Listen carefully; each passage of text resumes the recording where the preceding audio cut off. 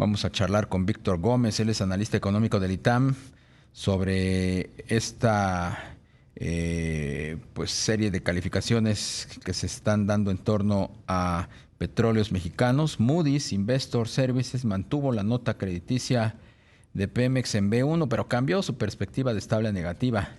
Considera que no habrá cambios en su modelo de negocio y que va a mantener el apoyo del gobierno federal.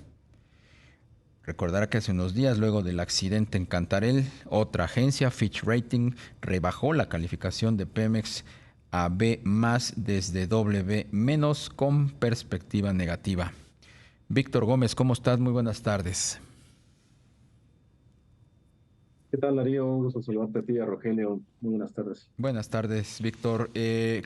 ¿Cómo estás viendo lo que están haciendo las agencias calificadoras? Hoy el presidente en la mañana se enojó, las acusó de falsiarias, ¿cómo dijo? Falsiarias. Falsa, falsiarias, ¿no? Sí. Bueno, que son unas mentirosas casi casi y que son marrulleras también. Falsarias y marrulleras, así calificó el presidente a las agencias de a las agencias calificadoras. No le gustó lo que, pues la virtual degradación que hicieron tanto Fitch como Moody's. ¿Qué tal, Darío? Pues hay que recordar que las decisiones de calificación, en este caso de Femex, son consecuencia del perfil crediticio que tienen las empresas y sobre todo de cómo cotizan sus bonos a nivel mercado, ¿no?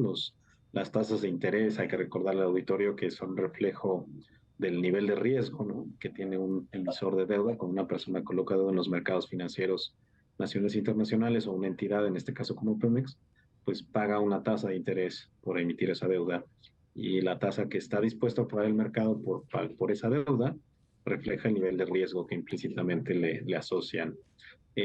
Diferentes emisores con diferentes tipos de estructuras tienen tasas distintas y pues lo que hacen las agencias calificadoras es asignar calificaciones en función de esos rangos de operación de las tasas de interés. Lo que hace la agencia es reconocer que pues el perfil crediticio, como viene reconociendo el mercado con relación a la última revisión, hay que recordar que estas acciones son prácticamente de manera anual, salvo que existan eventos pues muy atípicos, ¿no? Que muevan el perfil crediticio. Eh, lo que está diciendo tanto Fitch como Moody's es, bueno, con respecto al año pasado, se ha deteriorado un poco más esto, las condiciones de mercado así lo reflejan. A nivel operativo, efectivamente, encontramos esto con la información que tenemos y confirmamos que efectivamente el nivel de calificación es relativamente más bajo, ¿no? En el caso de Moody's, todavía con grado de inversión, digamos, perdón, en ninguno de los dos casos con grado de inversión en Pemex, a diferencia del soberano que sí lo tiene, ¿no? Y un poco más reprobados de lo que ya estaba la empresa el año pasado.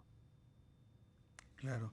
Víctor, ¿y qué tanto debe de preocupar al próximo gobierno la situación de Pemex? Ya vimos que pues en esta administración ya no se le va a mover nada para mejorar la situación, incluso hasta como que la Secretaría de Hacienda se está desentendiendo de pues de cualquier situación en las finanzas de Pemex. Digamos que para la próxima administración hay dos cuestiones que son de mucha relevancia en esta situación. La primera y más importante quizás es que la principal fortaleza del perfil crediticio de Pemex tiene que ver con el apoyo del gobierno federal a lo que las agencias llaman el soberano, de manera genérica, porque pues la razón por la que todavía no han tenido una calificación todavía más baja Pemex es porque tienen a un soberano con grado de inversión que está detrás y que apoya, ¿no? Lo que ambas están diciendo, palabras más, palabras menos, es que la capacidad del soberano para apoyar a Pemex en la forma en la que lo ha venido haciendo se ve un poco comprometida por diferentes hechos. El tema del espacio fiscal que se ha venido comprometiendo por tema del incremento del costo financiero y otras necesidades de gasto, la ausencia de una reforma fiscal y la necesidad de pues revertir estos procesos hacia adelante, ¿no? Un caso que señala Moody's de manera importante es que habrá un proceso de transición, efectivamente, ¿no? Habrá un proceso de cambio de gobierno en 2024 que hará que pues, la manera en que el mercado interpreta esa cantidad y calidad de apoyo pueda cambiar. Y cuando hay una variación en esa interpretación, pues obviamente pues, tiene que tomarlo en cuenta en la manera en que asignan una calificación a Pemex y quizás ese sea el factor clave porque pues el próximo gobierno va a tener que comprometerse a continuar con el apoyo si no quiere enfrentar un problema importante de finanzas públicas relacionado con Pemex tan pronto como inicie su administración. ¿Puede, Víctor, la degradación o el deterioro de la calificación de Pemex puede afectar la nota soberana del país? Sí, la verdad es que sí, porque es ida y vuelta, ¿no? En la medida en que Pemex no resuelve su situación a nivel operativo y financiero, las agencias lo señalan de manera muy clara, pues generan una presión adicional sobre su flujo efectivo negativo, y mientras más crece esto, pues obviamente necesita más apoyo del gobierno federal, pero el gobierno federal está enfrentando diferentes situaciones.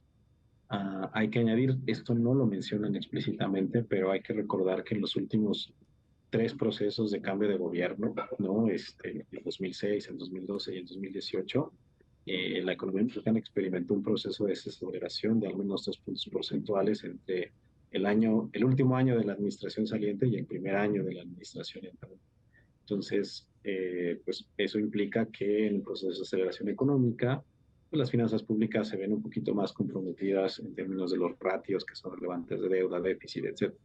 Si con esto añadimos todas las presiones de las que hemos hablado antes, pues tenemos diferentes razones para pensar que el gobierno pues no necesita, digamos, que Pemex le ayude con más presiones de gasto en su flujo efectivo, ¿no?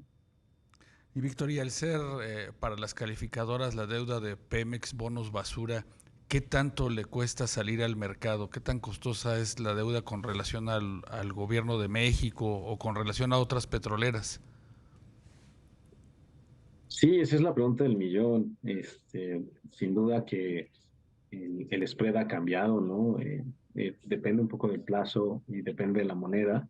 Es decir, el diferencial de tasas entre el Pemex y el gobierno federal cambia en función de si se emiten pesos, si se emiten dólares, a qué plazos, pero podemos hablar de una referencia importante, ¿no? Para la relación entre Pemex y el gobierno federal en los bonos de vencimiento de alrededor de 10 años, ¿no? Las diferenciales están entre los 350 y los 400 puntos base, que es considerablemente más alto de lo que había al inicio de la administración actual, ¿no? Y esto quiere decir que pues Pemex tiene que pagar un castigo adicional por emitir su deuda, aunque implícitamente pues todos asumen que hay una garantía del gobierno federal a ese pago, ¿no? Entonces, pues se vuelve costoso para la empresa, se vuelve costoso para las finanzas públicas y recientemente les ha ayudado el comportamiento del tipo de cambio. Yo creo que dentro de todos los ganadores y perdedores que podemos analizar desde el punto de vista del comportamiento que ha tenido el peso frente al dólar, la deuda de Pemex es uno de los ganadores más notorios. Sin embargo, pues es un efecto que pues es difícil que se mantenga de manera permanente. ¿Continuarán los apoyos a Pemex en lo que resta de esta administración? Sin duda, yo creo que podemos dar por descontado que mientras dure la presidencia actual, los apoyos para Pemex van a estar ahí. Yo creo que lo que empieza no a ser una duda razonable, sino más bien una pregunta real sobre la base de la evidencia es si va a ser factible que el gobierno continúe apoyando a Pemex sin debilitar todavía más su propia posición, ¿no? Y por eso, pues una agencia dice, ¿sabes qué? Te bajo la calificación, no te dice, bueno, te pongo en perspectiva negativa porque esto me preocupa y me preocupa sobre todo de cara a la transición y el nuevo gobierno, ¿no? ¿Qué tan comprometido va a estar el nuevo gobierno? Bueno, hay participantes de mercado que te dicen, bueno, es que no puede ser de otra manera, tiene que seguir igual. Hay otros que te dicen, pues no sabemos porque no hay un nuevo gobierno todavía, no habrá que ver la retórica del nuevo gobierno en relación a Pemex y la manera en que pues eso de alguna manera se incorpora en los precios de los activos financieros es lo que denota los riesgos hacia adelante para Pemex y para el gobierno federal. ¿Y cuál sería una alternativa, Víctor, en el escenario complejo que tiene Pemex, una alternativa operativa en función pues del deterioro que sigue mostrando la empresa? Habría que diferenciar, ¿no? Porque si nosotros vemos a Pemex separado, ¿no? Su segmento de upstream, es decir, de extracción y producción de gas y petróleo crudo, y su segmento de downstream o de refinación y procesamiento de química básica, pues son empresas muy distintas, ¿no? La parte de extracción, PEM Exploración Producción, pues es un proyecto muy rentable, es rentable antes de impuestos y después de impuestos. La carga fiscal que se haya rebajado de manera importante ha hecho que su rendimiento neto sea muy favorable con los precios actuales del petróleo. Sin embargo, el segmento que se comporta de manera pues, muy raquítica es el de transformación industrial, ¿no? Los Porque se han hecho refinados, ¿no? muchos proyectos, la famosa parte de refinación es la que tiene pues muchas carencias, ¿no? Ha mostrado incluso pérdidas a nivel operativo, lo cual significa que antes de pagar impuestos, que paga muy poquitos esta parte, pues ya tiene pérdidas, ¿no? Entonces, digamos que en las dos hay opciones, pero sin duda creo que si lo piensas como un arbolito de Navidad, ¿no? Creo que la primera parte para Pemex, sobre todo el segmento de Sí. refinación, sería quitar algunas esferas y algunos adornos. Víctor Gómez Ayala, analista económico del ITAM, como siempre te agradecemos mucho tu disposición para platicar con nuestros amigos del auditorio.